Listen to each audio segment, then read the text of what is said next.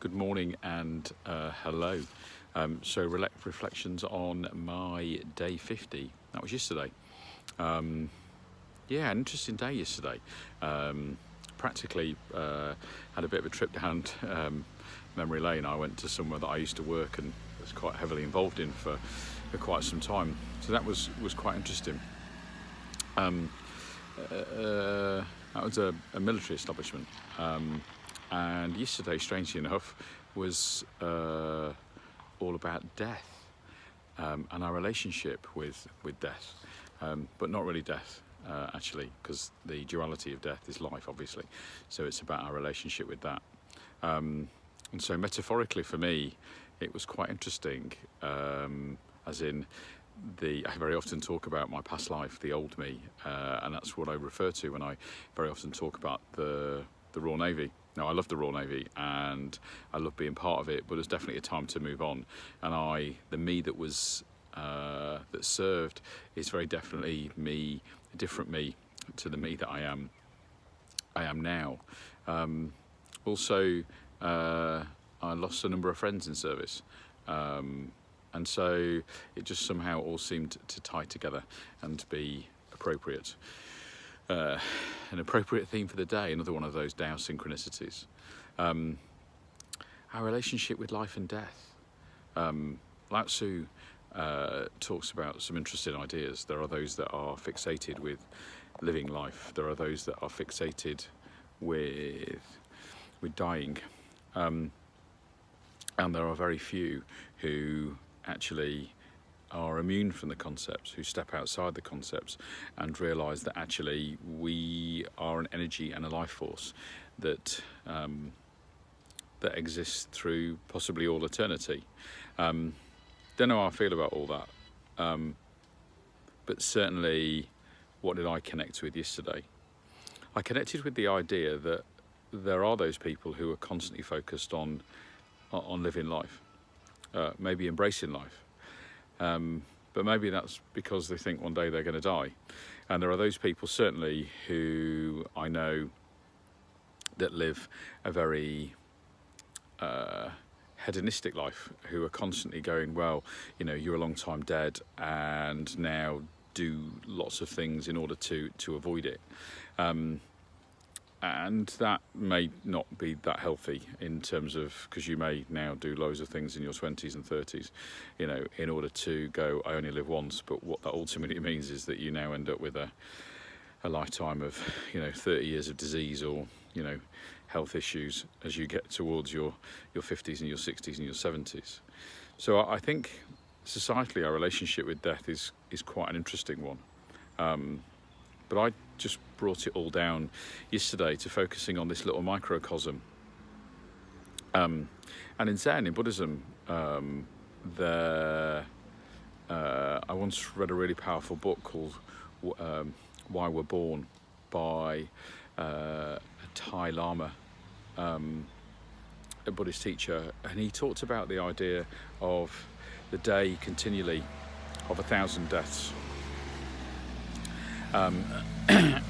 And the day of 1,000 deaths is one of those days where we're completely locked up in our own ego.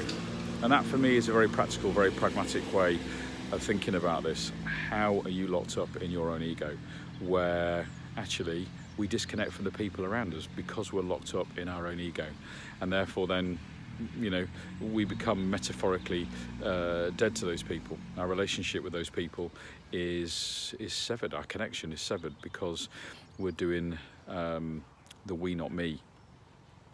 And I use that phrase a lot, we not me, because that sense of connection with other people, as Degas said, no man is an island. We are all intimately connected. Even if you want to spend a long time on your own, you're still connected to other people. Someone made the clothes you wear and all those things. We have relationships with the people in our lives. So the two things that I really resonated with yesterday is the connection of, once again, of ego. And there was definitely quite a lot of egos that I met yesterday, as you'd ever expect in a military environment. and people living at times very isolated lives because they're locked into perception of self rather than authentic self, because authentic self is very connected to lots of different people. And so to let the ego die, just to let it go, just to be connected, to choose happy over right, to choose humility and to be humble, rather than to necessarily create an artificial sense of greatness, which for most people is just trying to protect themselves from experiencing their own vulnerability. And that's a really powerful thing, and that's something that, you know, I teach and I've worked with for many years. The other thing that's always quite powerful, and it, you know, can be a big day for us, is that I thought very definitely about there's a meditative process called Die Before You Die. And that's actually to spend some time thinking and contemplating and meditating on the end of your own life. And one of the things that's really, really powerful that comes from that process is you think about what you'd miss, and you think about what you didn't do and what you would do. And it's an amazing process for helping you bring some balance back in your life, to be able to think about what it is and what it is you did and didn't do. There's a really cool book I've read lately. It's called 30 Lessons for Living Life. And it's an amalgamation of the thoughts and ideas of a series of interviews with 2,500 octogenarians, and talking to all those people at, you know, who are closer to the end of their life than necessarily the beginning, and going, what is it you wish you'd done differently? If you had the advice and guidance to be able to give the 20-something you, or the 30-something you, or the you that was a parent, what advice and guidance would you give? And the biggest one always seems to be, in all of it, is just to get over yourself. Just build a bridge, ditch the ego, become authentic and vulnerable and humble, and prioritise those people who prioritise you. And actually, it now means that very often when we think about our own, you know, our own mortality, is we start to understand what is and isn't important, and adjust our priorities for how we're going to be in the world. And that is something that's really cool, and that is something that I will always, I would always focus on. How do I need to be in the world in order to be connected, to be part of something, and to be open, and to be honest, and to be vulnerable. When we feel as though we live in fear of losing something, then very often we make some interesting choices and decisions around it.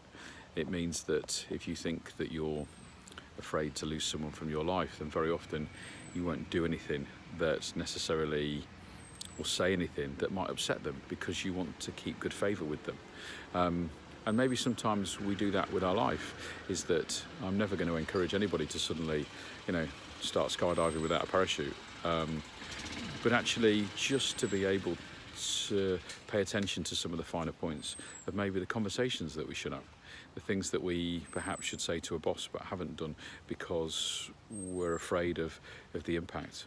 Wanting to be somewhere or do something or connect with another human being, but not wanting to because that's not the sort of thing that I do or my people do, because we're locked up in this relationship with our own ego. Let the ego die a little bit today, a lot even, and do something that embraces we, not me. Embraces we, not me. Because, you know, I am sure that I will spend as much time, you know, in my physical body as I am, but I'm sure that that there will be a time and a place where I will simply be a memory, and I'm always going to strive hard and work hard to make sure that the memory that I create with people is a good one.